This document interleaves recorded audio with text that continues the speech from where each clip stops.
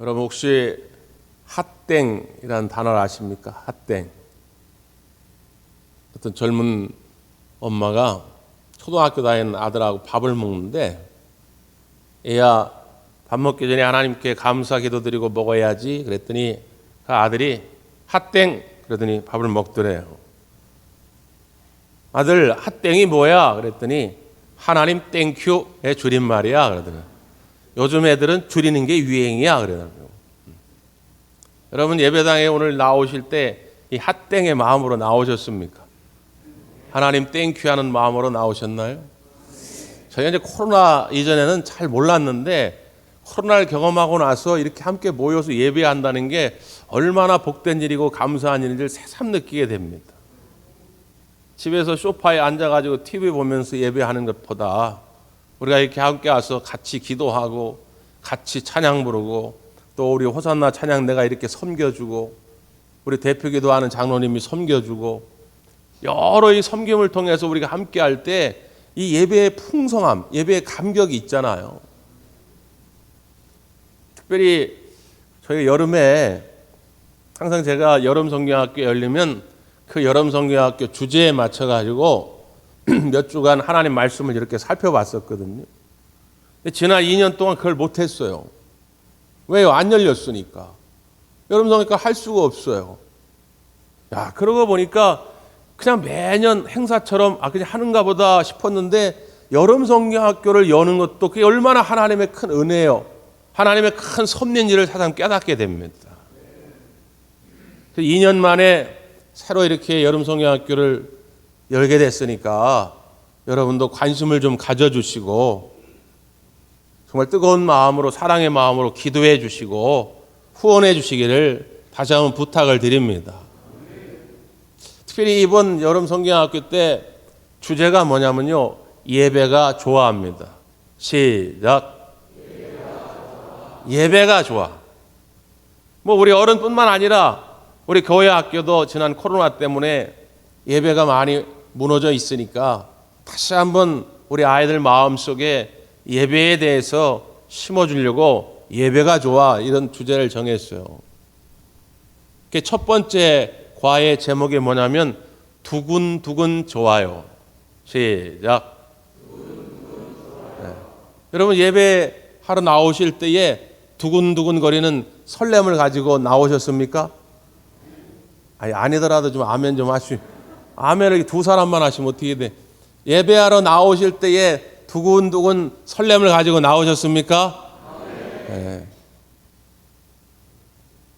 그 설렘을 혹시라도 잃어버렸다면, 제가 처음 여쭤봤을 때 자신 있게 답을 못하는 것은 고민이 되는 거죠. 나는 정말 두근두근거리는 마음으로 나왔나? 사랑하는 남녀가 처음 만나기 시작할 때에, 만나기 한두 시간 전부터, 만나기 100m 전부터 막 두근거려가지고 얼굴이 상기되고 얼굴이 불그스레 달아오르고 막 그 가슴을 어떻게 주체할 수 없는 그런 설렘 말이지요. 그런 설렘을 가지고 예배당에 나왔나? 혹시 그런 고민이 드는 분이 있다면 이제 다시 하나님의 말씀을 통해서 여러분이 예배의 감격이 회복되기를 간절히 바랍니다. 그래서 이 과 1과 두근두근 좋아요 해설하는 것을 제가 이렇게 보니까 이렇게 해설을 해놓으셨더라고요. 하나님이 떨기나무에 불을 붙이십니다. 그리고 모세를 그 떨기나무 가운데로 인도하십니다. 모세도 신기하니까 무언가에 홀린 듯 그 불길 가운데로 나아갑니다. 너무너무 신기한 것이 불은 막 타오르고 있는데 그 안에 나무가 타질 않아요. 이 뭐지? 그때 하나님의 음성이 들려집니다. 모세야, 네가 선 곳은 거룩한 땅이니 신발을 벗어라. 신발은 우리의 교만, 우리의 자존심, 내가 지금까지 걸어온 경력과 이력 이런 것들을 나타냅니다. 그런 것 가지고는 하나님을 만날 수가 없어요. 겸손히 모든 걸 다 내려놓고 하나님 앞에 서야 하나님을 만납니다. 자, 여기가 중요한 지점입니다. 우리는 그런 생각을 하거든요. 내가 무언가를 잘 준비해가지고 하나님께 예배해야 되겠다, 이런 생각을 갖게 되는데, 오늘 본문은 하나님이 이미 예배의 불을 붙여놓으셨다는 거예요.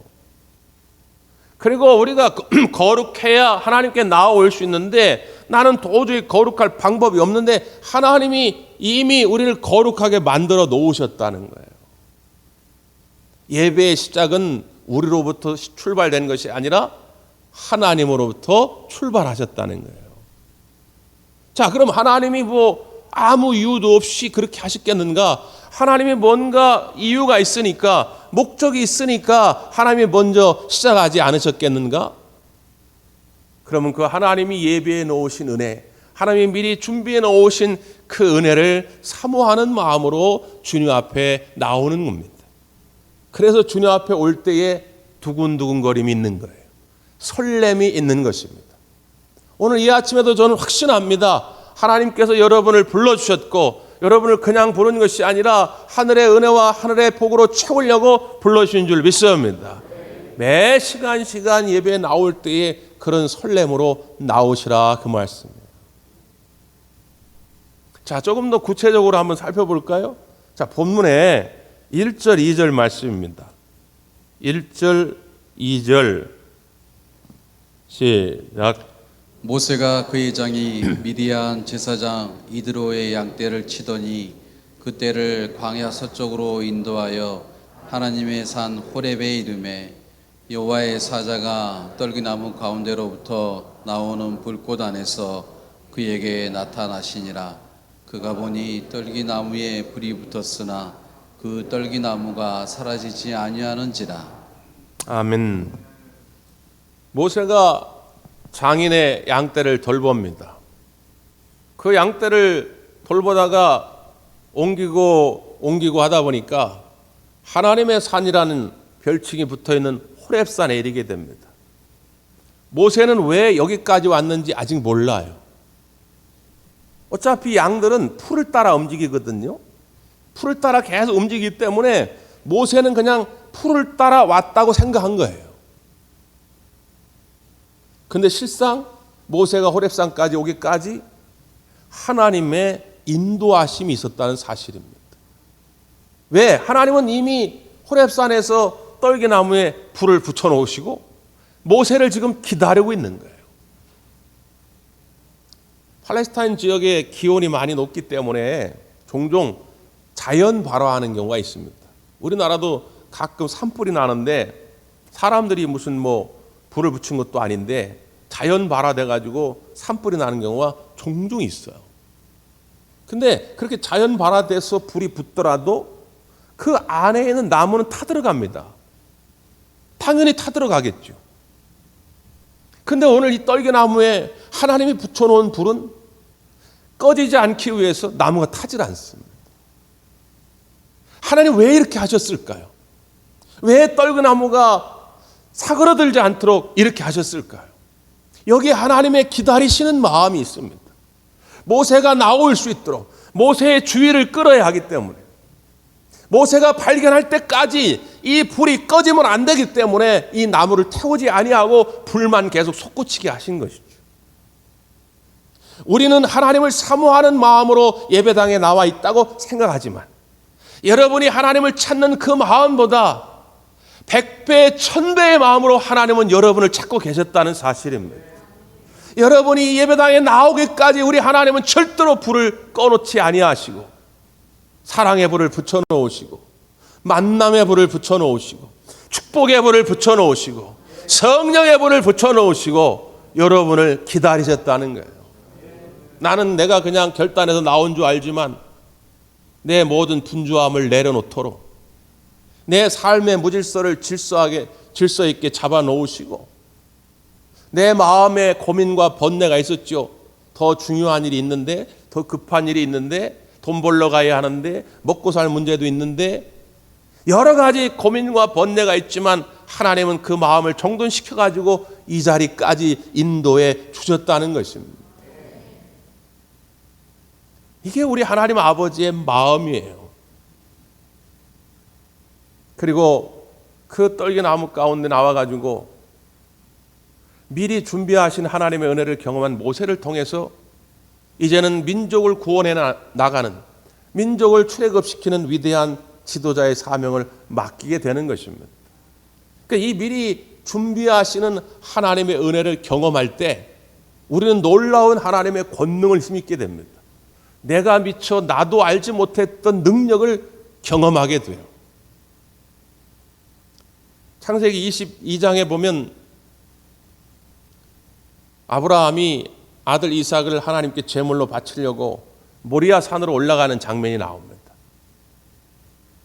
하나님께서 아들 이삭을 제물로 드리라고 할 때에 정말 얼마나 속상했을까요? 얼마나 황당했을까요? 그럼에도 불구하고 아브라함은 순종하는 마음으로 이삭을 데리고 모리아 산으로 올라갑니다. 아들 이삭에 보니까 뭔가 빠진 게 있거든요. 그러니까 아버지에게 물어요. 아버지, 풀과 나무는 여기 있거니와 번제할 어린 양은 어디 있나이까? 제사를 드리기 위해서 3대 요소가 있어요. 풀과 나무와 번제할 제물. 이 세 가지는 필수 요소입니다. 그러니까 이삭도 이미 청년의 나이가 됐어요. 그러니까 사리분별을 할 줄 알잖아요. 딱 보면 아는 거예요. 풀도 있고 나무도 있는데 채물이 없어요. 그때 아브라함이 이렇게 대답합니다. 아들아, 번제할 어린 양은 하나님이 자기를 위하여 친히 준비하시리라. 하나님이 자기를 위하여 친히 준비하시리라. 이렇게 대답합니다. 여기에는 아브라함의 두 가지 마음이 있겠죠. 첫째는 아들에게 직접적으로 야, 제물은 너야. 네가 죽어야 돼. 이 말을 하기가 어려운 것입니다. 아무리 하나님 말씀에 순종하여 지금 가고 있다 할지라도 아비가 어찌 아들의 각을 떠서 산채로 하나님 앞에 제물로 드리겠습니까? 그 말을 어떻게 아들에게 직접적으로 할 수 있겠어요? 또 하나, 그럼에도 불구하고 아브라함 마음속엔 믿음이 있었던 것입니다. 이 모든 전 과정이 인간적인 생각으로는 이해할 수가 없지만은 하나님께서 하나님 자신을 위하여 모든 것을 준비해 놓으셨으리라. 여기에 대한 기대와 믿음이 아브라함에게 있었던 것이죠. 그래서 그 믿음을 가지고 올라갑니다. 제단 위에 나무를 먼저 올려놓습니다. 그리고 그 나무 위에 이삭을 결박시킵니다. 번제의 특징은 뭐냐면 제물의 각을 뜨는 것입니다. 소를 예를 들어서 드리게 되면 소의 머리와 두 팔과 두 다리를 잘라냅니다. 그리고 몸통만 드리는 제사가 번제입니다. 아브라함이 칼을 듭니다. 아들의 각을 떠야 됩니다. 그때 하늘의 음성이 들려집니다. 아브라함아, 아브라함아, 멈춰라. 네 아들한테 아무 짓도 하지 마라. 이제야 네가 여호와를 경외하는 줄을 내가 아노라. 그게 하나님의 마음이었어요. 하나님이 무슨 뭐 식인종도 아니고 하나님이 인간을 산제물로 드리라 하겠습니다. 하나님은 그런 적이 없으세요. 근데 100세 얻은 아들 이삭이 이미 아브라함 마음속에 우상처럼 자리 잡고 있어가지고 잘못하면 그 아들 때문에 큰 일을 그르칠 것 같으니까 하나님이 이 순서를 바로잡게 하시려고 오늘 모리아산에서 아들을 드리라고 했던 것이지요. 오늘 하나님의 음성을 듣고 나서 아브라함이 정신을 차려서 이렇게 돌아보니까 뒤에 순양 한 마리가 뿔이 수풀에 걸려가지고 오도 가도 못하고 가만히 있는 것입니다. 그 양을 잡아다가 번제물로 하나님께 드리게 되죠. 그리고 그 땅 이름을 뭐라고요? 여호와 이레라 이름하게 됩니다. 그 이름의 뜻은 뭐예요? 하나님이 미리 준비하셨다는 것입니다. 여러분, 이때 아브라함의 마음을 한번 상상해 보십시오. 하나님께서 멈춰라. 그리고 양을 준비해 놓으셨을 때 아마 두 다리에 힘이 쫙 풀렸을 겁니다. 비록 하나님의 말씀이라 순종하긴 순종하는데 그것도 100세에 얻은 아들, 눈에 넣어도 아프지 않은 그 아들을 내 손으로 각을 떠가지고 제물로 드리려고 할 때에 그 아비의 심정이 어떻겠습니까? 그런데 그게 아니었구나. 하나님의 본심은 그게 아니었구나. 하나님은 미리 나를 위해서 이 제물을 준비해 놓으셨구나. 그럼 그렇지. 그 하나님의 은혜, 그 하나님의 그 사랑을 다시 한번 깨닫게 되는 것이죠. 여러분, 예배를 통하여 이 하나님의 마음을 늘 깨닫게 되기를 바랍니다.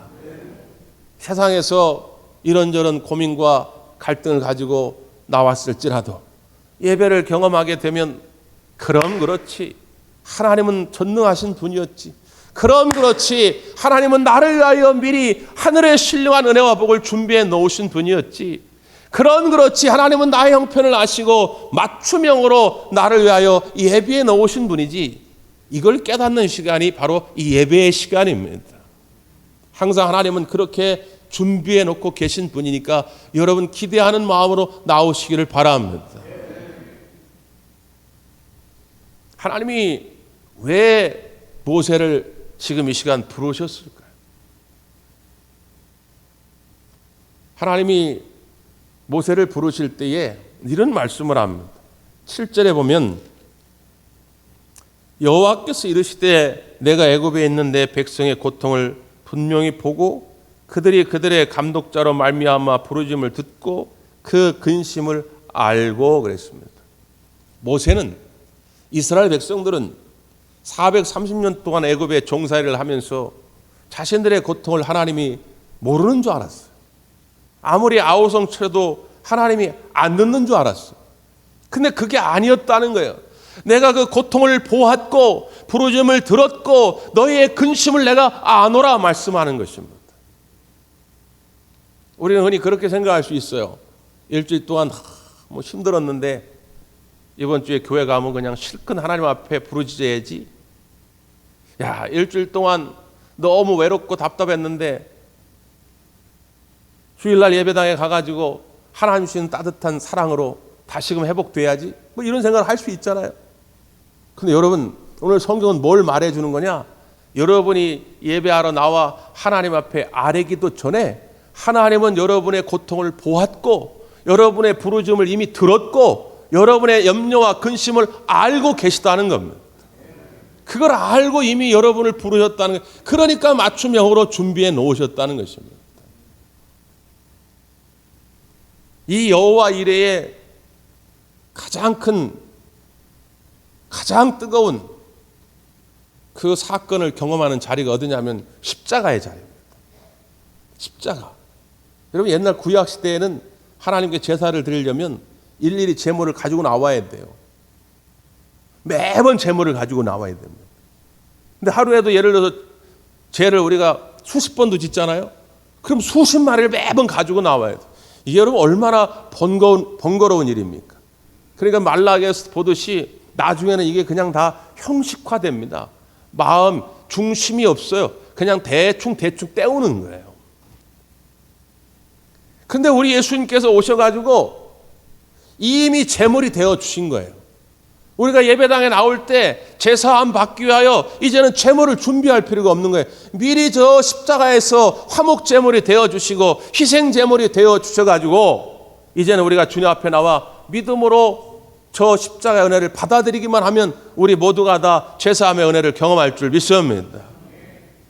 이미 주님은 다 모든 걸 다 용서해 놓고 다 제사함의 은혜를 부어 주시고 우리를 기다리고 계시다는 거죠. 그래서 하나님께서 모세를 그렇게 모든 걸 준비해 놓고 부르신 거예요. 그리고 하나님의 계획을 딱 펼쳐 놓습니다. 내가 저 적과 꿀이 흐르는 땅으로, 저 아름다운 땅으로 이 민족을 이끌어 갈 것이다.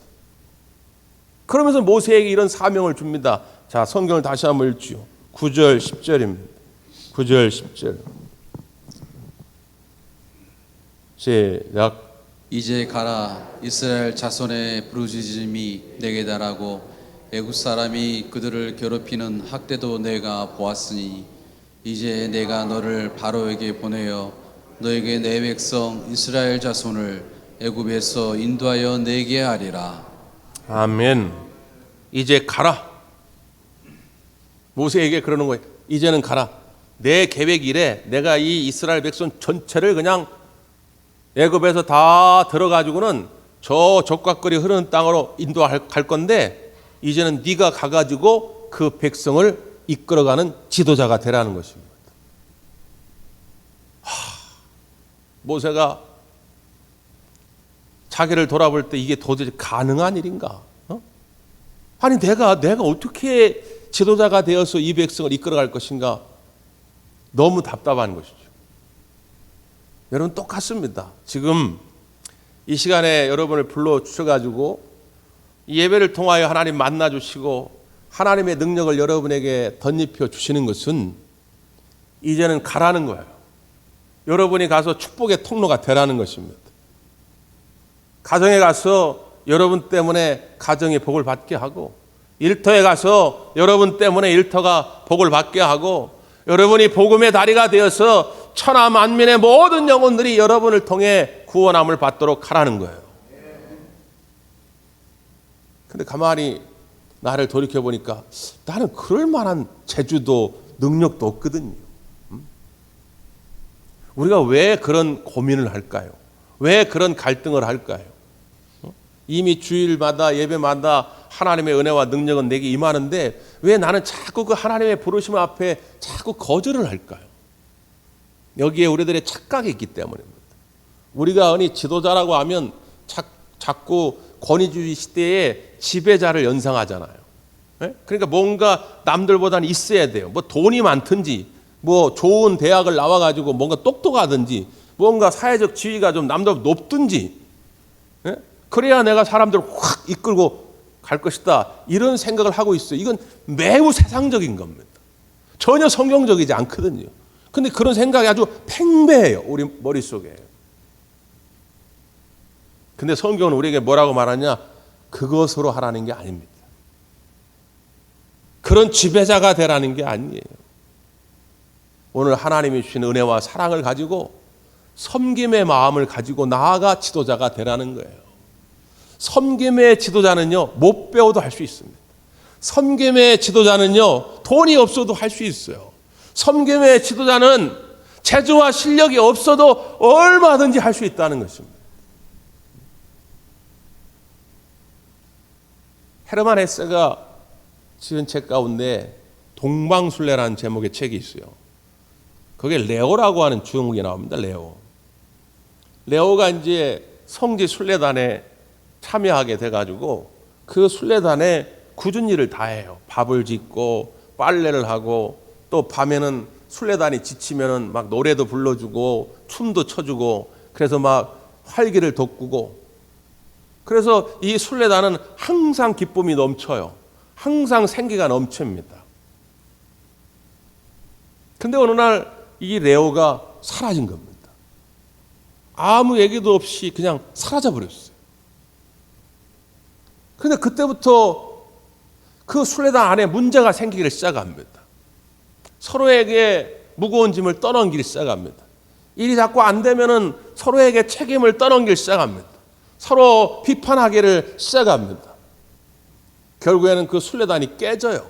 목적을 이루질 못합니다.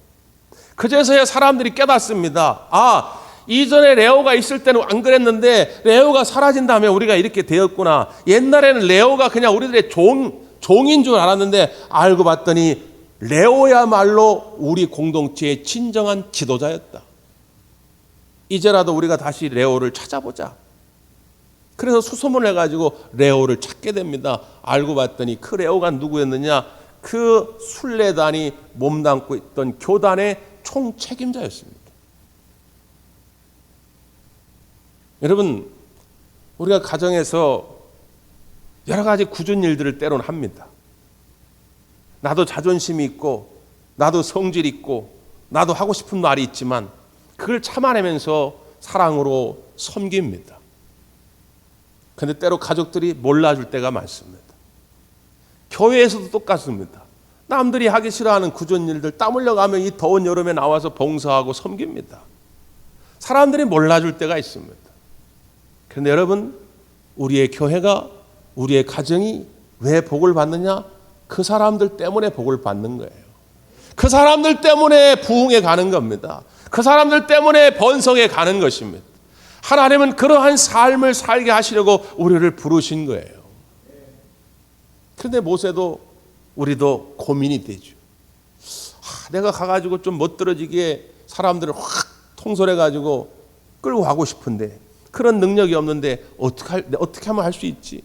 그래서 모세가 하나님께 이렇게 반문합니다. 내가 누구간데, 내가 누구이기에 내가 이스라엘 백성들을 이끌고 그 젖과 꿀이 흐르는 땅으로 내가 갈 수 있겠나이까?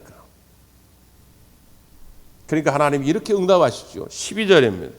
12절 시작. 하나님이 이르시되 내가 반드시 너와 함께 있으리라. 내가 그 백성을 애굽에서 인도하여 낸 후에 너희가 이 산에서 하나님을 섬기리니 이것이 내가 너를 보낸 증거니라. 아멘. 하나님은 뭐라고 응답하십니까? 내가 반드시 너와 함께 있으리라. 자 보세요. 어쩌면 동문서답 같아요. 지금 모세는 뭐라고 물었냐면 하나님 내가 누구간데 이 말 속에 하나님 나는 그럴 만한 자질이 안 됩니다. 나는 그런 능력이 없어요. 나는 말이 뻣뻣한 자입니다. 말도 제대로 못해요. 난 나이가 120입니다. 내 몸 하나 건사하기도 쉽지가 않아요. 나는 이 손으로 사람을 때려 죽인 사람입니다. 나는 살인자예요. 하나님 내가 어찌 이러한 놀라운 일들을 이러한 위대한 일들을 할 수 있겠나이까? 근데 하나님의 응답은 뭐라고요? 내가 너와 반드시 함께하리라. 지금도 똑같습니다. 하나님 나는 돈이 없어서 할 수가 없네요. 내가 반드시 너와 함께하리라. 하나님 나는 시간이 없어서 할 수가 없네. 내가 반드시 너와 함께하리라. 하나님 나는 병 들어가지고요 건강이 없어서 못합니다. 내가 반드시 너와 함께하리라. 왜요? 주님이 함께하시면 우리의 약함이 강함이 될 줄 믿습니다. 우리의 무능이 유능이 될 줄 믿습니다. 우리의 무식이 유식으로 바뀔 줄 믿습니다. 왜요? 하나님이 하시기 때문에. 이 예배는 그 하나님을 만나는 시간입니다. 나올 때는 어깨가 쭉 늘어져 가지고 나오지만 다시 한번 오늘 하나님을 만남으로 말미암아서 주님 안에 소망을 품고 큰 비전을 품고 세상을 향해 나아가는 것이죠. 여러분 예배 시간 나올 때마다 그 두근거림으로 나오시기를 바라고 하나님의 은혜와 사랑을 풍성히 입고 세상을 향해 담대하게 나아가는 지도자의 삶이 되기를 간절히 바랍니다. 기도하겠습니다.